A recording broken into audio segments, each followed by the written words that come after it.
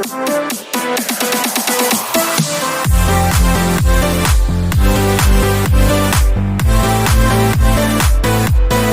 आयुर्ज्ञान के YouTube channel के आज के इस वीडियो में मैं डॉक्टर इमरान अहमद आप सभी का पुनः स्वागत करता हूं। आज का हमारा टॉपिक है मर्म विज्ञान। तो चलिए बात करते हैं हम आज के अपने इस टॉपिक मर्म विज्ञान के बारे में। अगर हम बात करें मर्म के अर्थ एवं परिभाषा के बारे में तो सबसे पहले हम बात करेंगे मर्म की व्युत्पत्ति के बारे में। तो मर्म जो शब्द होता है वह मृत धातु में मनिन प्रत्यय लगाने से बनता है, जिसका अर्थ होता है जीव स्थान, संधि स्थान व आशय, जीव का आशय। अब बात करेंगे आचार्य सुश्रुत के अनुसार दी गई परिभाषा के बारे में।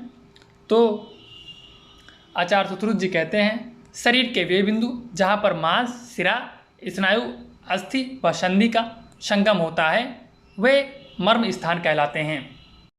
अब बात करेंगे आचार्य डल्लन के अनुसार। तो आचार्य डल्लन ने बताया है कि मर्यंतति मर्माणी अर्थात शरीर के जिन स्थानों पर आघात होने से मृत्यु संभव है, यानी कि मृत्यु हो सकती है, वे बिंदु मर्म कहलाते हैं।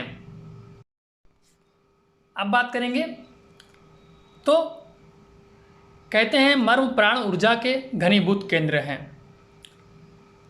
यहाँ पर स्वभावतः प्राणों की स्थिति होती है, अतः इन पर अभिघात होने पर नाना प्रकार के विकार उत्पन्न होते हैं। आचार्य वाग्भट के अनुसार जिन स्थानों के पीड़ित होने से विभिन्न प्रकार की वेदनाएं एवं कंपन उत्पन्न होता है वह स्थान मर्म स्थान यानी कि मर्म कहलाते हैं। तो हम यदि बात करें मर्माघात के समान लक्षणों के बारे में तो कहते हैं संज्ञानाश, सुप्तता, भारीपन, मूर्छा, स्वेद, वमन होना, श्वास, विक्षिप्तता, शीतलता की इच्छा, हृदय प्रदेश में दाह, अस्थिरता, बेचैनी आदि मर्मघात के समान लक्षण हैं। अब बात करेंगे मर्मों के वर्गीकरण के बारे में, यानी कि क्लासिफिकेशन ऑफ मर्म। तो आचार्य सुश्रुत जी ने बताया है कि मर्म की संख्या 107 होती है, यानी कि एक श्लोका भी इसके संदर्भ में आता है सप्तोत्तरम मर्म शतम, यानी कि मर्म की संख्या 107 होती है। तो मुख्यतः इन्हें 3 प्रकार से बांटा गया है। पहला सड़ंग शरीर के आधार पर, दूसरा रचना के भेद से, तीसरा परिणाम के आधार पर। तो यदि हम बात करें सड़ंग शरीर के आधार पर तो इसमें आपका सबसे पहले आता है 2 ऊर्ध्व शाखा जिन्हें हम हाथ कहते हैं। तो एक हाथ में 11, दोनों हाथों में 11 × 2 यानी कि टोटल 22 मर्म दोनों ऊर्ध्व शाखाओं यानी कि दोनों हाथों में होते हैं। हम यदि बात करें अपने अधो शाखा के बारे में यानी कि दोनों पैरों के बारे में तो सेम इसमें भी होता है 11 × 2 यानी कि एक पैर में 11 होता है, दोनों पैरों में मिला के टोटल 22 मर्म होते हैं। हम यदि बात करें धड़ यानी कि अंतराधि के मर्म के बारे में तो इसमें आपका पीठ में यानी कि पृष्ठभाग में 14 होते हैं, छाती यानी कि चेस्ट में 9 होते हैं, उदर यानी कि एब्डोमेन में 3 बताए गए हैं। अब बात करते हैं हम ऊर्ध्वजत्रुगत मर्म के बारे में। तो इसके अंतर्गत पहला आपका आता है गर्दन के मर्म, तो वहाँ पर 14 बताए गए हैं। दूसरा आता है सिर के मर्म, तो वहाँ पर 23 बताए गए हैं। अब यदि बात करें हम रचना भेद से मर्मों के संख्या के बारे में तो मांस मर्म 11 होते हैं, सिरा मर्म 41 होते हैं, स्नायु मर्म 27 होते हैं, अस्थि मर्म 8 होते हैं, संधि मर्म की संख्या 20 बताई गई है। अब यदि बात करें हम परिणाम के आधार पर मर्मों के नंबर्स के बारे में, मर्मों की संख्या के बारे में तो सदा प्राणहर 19 बताए गए हैं, कालांतर प्राणहर 33 बताए गए हैं, विसल्यघ्न 3 बताए गए हैं, वैकल्यकर 44 बताए गए हैं, रुजाकर 8 बताए गए हैं। अब हम बात करते हैं मर्मों के स्वरूप के बारे में।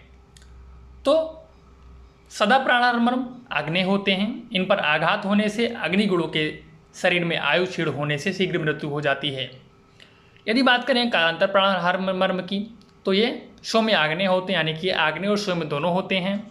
इन पर आघात होने से अग्निगुण शीघ्र क्षीण हो जाता है, परंतु सौम्य गुण धीरे धीरे क्षीण होता है, अतः मृत्यु कुछ काल पश्चात यानी कि कुछ काल के कालांतर के बाद होती है। हम यदि बात करें विषल्यग्न मर्म के बारे में तो यह मुख्यतः वायव्य होते हैं। इन मर्मों में शल्य के विदग्ध होने से अंतर्वायु अवरुद्ध हो जाती है। मर्म स्थान पर स्थित शल्य को निकाल देने से अंतर्वायु की सहायता निकल जाने के कारण मृत्यु संभव है, परंतु शल्य युक्त मनुष्य जीवित रहता है, यानी कि शल्य न निकालने पर जीवित रह सकता है, शल्य को तुरंत निकाल देने पर मृत्यु संभव है। अब यदि बात करें वैकल्पिक मर्म के बारे में, तो यहाँ सौम्य गुण युक्त होते हैं। सौम्य स्थिर एवं शीतल है, अतः प्राणों का अवलंबन करता है। अब यदि बात करें हम रुजाकर मर्म के बारे में, तो यह वायव्य और अग्नि गुण युक्त बताए गए हैं। इन पर आघात होने से वेदना अधिक होती है। अब बात करेंगे हम श्रृंग शरीर के आधार पर मर्मों की संख्या के बारे में। तो हम यदि बात करें ऊर्ध्व शाखागत के मर्म के बारे में, यानी कि हाथ के मर्म के बारे में, तो एक हाथ में 11, एक हाथ में 11, यानी कि दोनों हाथों में 22 मर्म होते हैं, जिनमें आपका तल हृदय 2, क्षिप्र 2, कूर्च 2, कूर्च सिर 2, मणिबंध 2, इंद्रवस्ती 2, कर्पूर 2, आणी 2, पूर्वी 2, लोहिताक्ष 2, कच्छाधार 2 बताए गए हैं। अब यदि बात करें हम अधोशाखागत मर्म यानी कि पैरों के मर्म के बारे में, तो एक पैर में 11, एक पैर में 11, यानी कि दोनों पैरों में टोटल 22 होते हैं, जिनमें तल हृदय 2, क्षिप्र 2, कूर्च 2, कूर्च सिर 2, गुल्फ 2, इंद्रवस्ती 2, जानू 2, आड़ी 2, उर्वी 2, लोहिताक्ष 2, विटप 2 बताए गए हैं। अब यदि बात करें हम अंतराधि मर्म यानी कि